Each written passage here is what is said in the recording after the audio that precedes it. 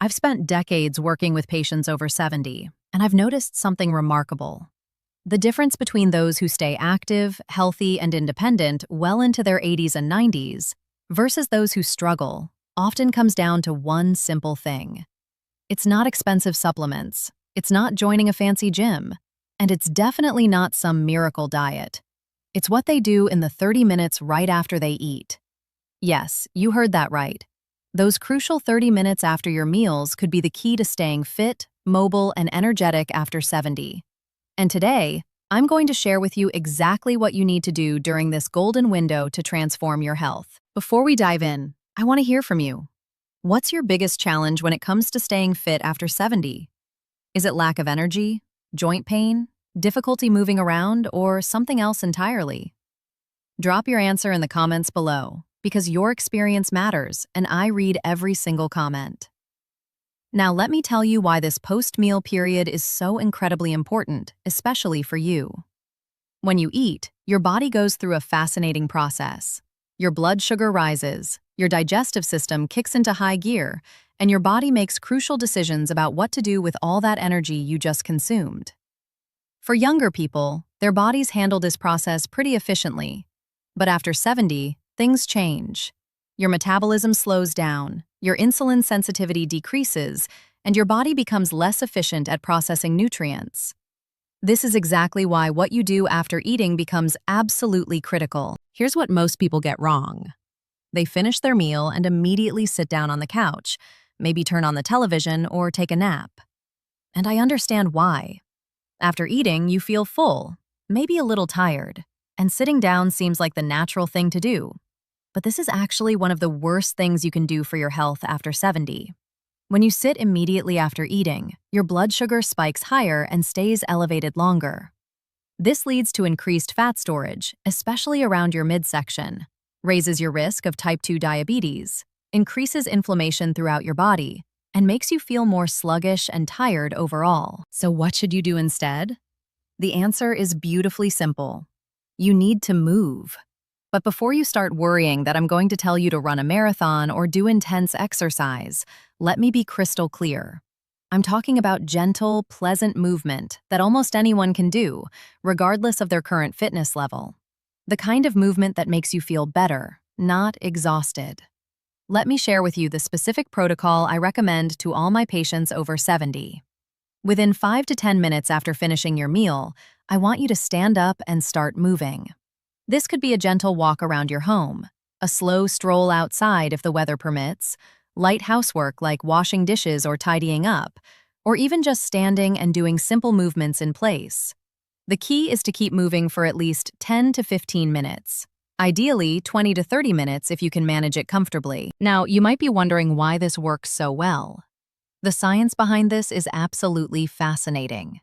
When you move after eating, your muscles start using the glucose from your meal for energy right away. This prevents your blood sugar from spiking too high and helps your body process the nutrients more efficiently. Studies have shown that even a gentle 15-minute walk after meals can reduce blood sugar spikes by up to 30%. That's huge.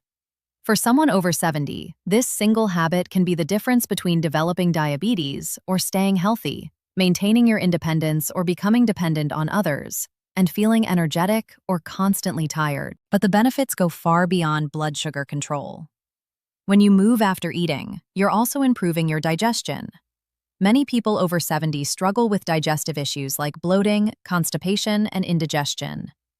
Gentle movement helps your digestive system work more efficiently by using gravity and physical motion to move food through your system. You're also reducing your risk of acid reflux, which becomes more common as we age. When you lie down or slouch after eating, stomach acid can more easily flow back up into your esophagus. By staying upright and moving, you keep everything flowing in the right direction. Let me tell you about one of my patients, Margaret. She's 74 years old, and when she first came to see me, she was struggling with her weight, had pre-diabetes, and was constantly feeling tired and bloated after meals. Her doctor had put her on medication, and she was worried about needing insulin soon. I taught her this simple post-meal walking habit. She started walking for just 10 minutes after breakfast, lunch, and dinner. Nothing intense, Just a gentle stroll around her neighborhood or around her house when the weather was bad. Within 3 months, Margaret had lost 12 pounds without changing what she ate. Her blood sugar levels improved so much that her doctor reduced her medication. But what excited her most was how much better she felt. The bloating disappeared, her energy increased, and she told me she felt 10 years younger. Now I want to give you some practical tips to make this habit work for you, because I know that starting a new habit can be challenging, especially if you're dealing with mobility issues or other health concerns. First, start small. If 30 minutes seems overwhelming, start with just 5 minutes. Even 5 minutes of movement after eating is infinitely better than sitting down immediately. You can gradually increase the time as you get stronger and more comfortable. Second, make it enjoyable. Put on some music you love, call a friend and chat while you walk, or use this time to enjoy nature if you're walking outside. The more pleasant you make this experience, the more likely you are to stick with it. Third, be consistent with at least one meal. If doing this after every meal seems like too much, pick one meal and commit to moving after that meal every single day. I usually recommend starting with dinner because that's when most people tend to sit for the rest of the evening, but choose whatever works best for your schedule. Fourth, don't let weather stop you. If it's too hot, too cold, or raining, you can walk indoors. Walk around your house, march in place while watching television, or even walk around a shopping mall if there's one nearby. Here's something else that's really important. The intensity of your movement matters less than you might think. You don't need to walk fast or get your heart rate up significantly. A gentle, comfortable pace is perfect. In fact, for many people over 70, a slow, relaxed walk is ideal. You should be able to carry on a conversation while you're moving. If you're breathing too hard to talk, you're going too fast. Slow down and find a pace that feels sustainable and pleasant. Now, let me address some common concerns I hear from patients. Some people worry about feeling dizzy or lightheaded when they stand up after eating. This can happen, especially if you have low blood pressure or are on certain medications. If this is you, wait about 5 minutes after finishing your meal before standing up, and when you do stand, do it slowly. Stand up, pause for a moment, then start moving. If you continue to feel dizzy, definitely talk to your doctor about it. They might need to adjust your medications. Another concern is joint pain. Many people over 70 deal with arthritis or other joint issues that make walking uncomfortable. I completely understand this. If walking is painful for you, there are other options. You can do seated exercises, gentle stretching, or even chair yoga. The key is movement, not specifically walking. Any activity that gets your muscles working will help. You can also try water-based activities if you have access to a pool. The buoyancy of water takes pressure off your joints while still allowing you to move. Some people also ask me about using a cane or walker. Absolutely use whatever mobility aids you need. The goal is safe movement, not proving how independently you can move. If you need a cane, walker, or any other assistive device, use it. The benefits of post-meal movement apply regardless of how you achieve that movement. Let me share something else that might surprise you. The timing of when you eat also matters. If you want to maximize the benefits of post-meal movement, try to eat your meals at consistent times each day. Your body loves routine. When you eat at the same times daily, your body becomes more efficient at processing those meals. It knows what to expect and can prepare accordingly. This regularity combined with your post-meal movement creates a powerful 1-2 punch for your metabolism and overall health. Also, pay attention to what you're eating. While the post-meal movement is incredibly beneficial, it works even better when you're eating nutritious, balanced meals. Focus on including plenty of vegetables, lean proteins, healthy fats, and whole grains. Minimize processed foods, excessive sugars, and refined carbohydrates. I'm not saying you can never enjoy a treat, but making whole foods the foundation of your diet will amplify the benefits of everything else you're doing. Here's another powerful strategy. If you're able, consider eating smaller, more frequent meals rather than 3 large meals. This approach, combined with movement after each meal, can help keep your blood sugar more stable throughout the day. Instead of 3 big meals, you might have 5 or 6 smaller meals or snacks. After each one, you do a shorter period of movement, maybe just 5 to 10 minutes. This keeps your metabolism active all day long and prevents the energy crashes that come with large meals. I also want to talk about the social and mental benefits of this habit, because staying fit after 70 isn't just about physical health. When you make post-meal walking a habit, you create opportunities for social connection. Invite your spouse, a friend, or a neighbor to join you. This turns your healthy habit into quality time with people you care about. Social connection is absolutely crucial for healthy aging. Studies show that people with strong social connections live longer, have better mental health, and maintain their cognitive function better than those who are isolated. If you live alone, this walking time can still be social. Use it to call a friend or family member. Having a regular walking buddy, even if they're on the phone rather than beside you, creates accountability and makes the habit more enjoyable. You'll look forward to that post-dinner walk because it means catching up with your daughter or chatting with your best friend. The mental health benefits extend beyond social connection, too. Movement is one of the most powerful natural antidepressants we have. It reduces stress, improves mood, and helps with anxiety. Many of my patients over 70 deal with feelings of loneliness, worry about their health, or anxiety about the future. This simple habit of moving after meals can significantly improve your mental outlook. You'll find yourself feeling more optimistic, more energetic, and more capable. There's also a cognitive benefit that shouldn't be overlooked. Regular movement, even gentle walking, increases blood flow to your brain. This helps maintain your memory, processing speed, and overall cognitive function. For people concerned about dementia or cognitive decline, this is incredibly important.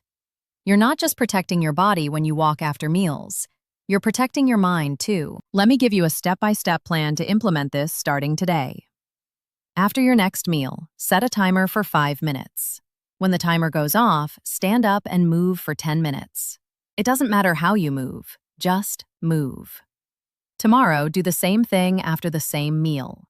Keep doing this every day for 1 week. After that first week, add a second meal. Now you're moving after 2 meals per day. After another week, if you're feeling good, add the third meal or extend your movement time to 15 or 20 minutes. The key is gradual progression. You're building a habit that will last the rest of your life, so there's no rush. It's much better to start small and build up slowly than to try to do too much too soon, get overwhelmed or injured, and quit altogether. Remember, consistency beats intensity every single time, especially after 70. I also want you to track your progress, because seeing improvement is incredibly motivating. Keep a simple journal or use your phone to note how you feel after each post-meal walk. Rate your energy level, your mood, how well you slept that night, any digestive issues or lack thereof. Over time, you'll start to see patterns and improvements that will motivate you to keep going. Now, let's talk about some additional strategies you can layer on top of this foundation. Once you've established your post-meal movement habit, consider adding some gentle strength training to your routine. I'm not talking about lifting heavy weights at the gym. Simple bodyweight exercises or light resistance bands can work wonders. Maintaining muscle mass is crucial as we age. After about age 70, we naturally lose muscle mass, a process called sarcopenia. This muscle loss leads to weakness, increased fall risk, and loss of independence. But here's the good news. You can slow or even reverse this process with regular, gentle strength training. Try adding some simple exercises during your post-meal walks. Do a few wall push-ups when you walk past a wall. Do some gentle squats while holding onto a chair for balance. Lift your knees a bit higher as you walk. These small additions can make a big difference in maintaining your strength and independence. Balance exercises are also incredibly important. Falls are one of the biggest threats to independence after 70. But balance, like everything else, can be improved with practice. During your post-meal movement time, try standing on one foot for a few seconds while holding onto something stable. Walk heel to toe in a straight line. These simple balance challenges, practiced regularly, can significantly reduce your fall risk. Here's something many people don't realize. The benefits of post-meal movement are cumulative. Every single time you move after eating, you're making a deposit into your health bank account. Maybe one walk doesn't seem like much, but 30 walks over the course of a month, 365 walks over the course of a year, these add up to transformative change. You're literally reshaping your metabolism, strengthening your body, and adding healthy, active years to your life. I've had patients tell me that this one habit has been more impactful than any medication they've ever taken. And unlike medications, this habit has no negative side effects, only positive ones. You're not just managing symptoms, you're addressing root causes and building genuine health from the ground up. Let me also address the question of what to do if you miss a day or break the habit. Because life happens. You'll have days when you're not feeling well, when you have visitors, when your schedule gets disrupted. That's completely normal and okay. The key is to not let one missed day turn into a missed week or month. If you miss your post-meal movement one day, just get back to it the next day. No guilt, no shame, no giving up. Just return to the habit and keep going. One of the beautiful things about this approach is that it's never too late to start. Whether you're 70, 80, 90, or beyond, your body will respond positively to this habit. I've seen patients in their 90s make significant improvements in their health and quality of life by adopting this simple practice. Your body has an amazing capacity to heal and adapt at any age if you give it what it needs. I want to leave you with this final thought. Staying fit after 70 isn't about fighting aging or trying to be 20 again. It's about optimizing the life you have right now. It's about maintaining your independence, enjoying time with family and friends, pursuing hobbies and interests, and feeling good in your body. This simple habit of moving after meals can be the foundation that supports all of that. It's a small investment of time that pays enormous dividends in quality of life. So here's my challenge to you. Starting with your very next meal, commit to moving for just 10 minutes afterward. Notice how you feel. Pay attention to your energy, your digestion, your mood. Give this habit 1 month of consistent practice and see what changes. I'm confident that you'll be amazed at the difference it makes. Your 70-plus-year-old self deserves to feel strong, energetic, and capable. And this simple habit can help you get there. Thank you so much for watching.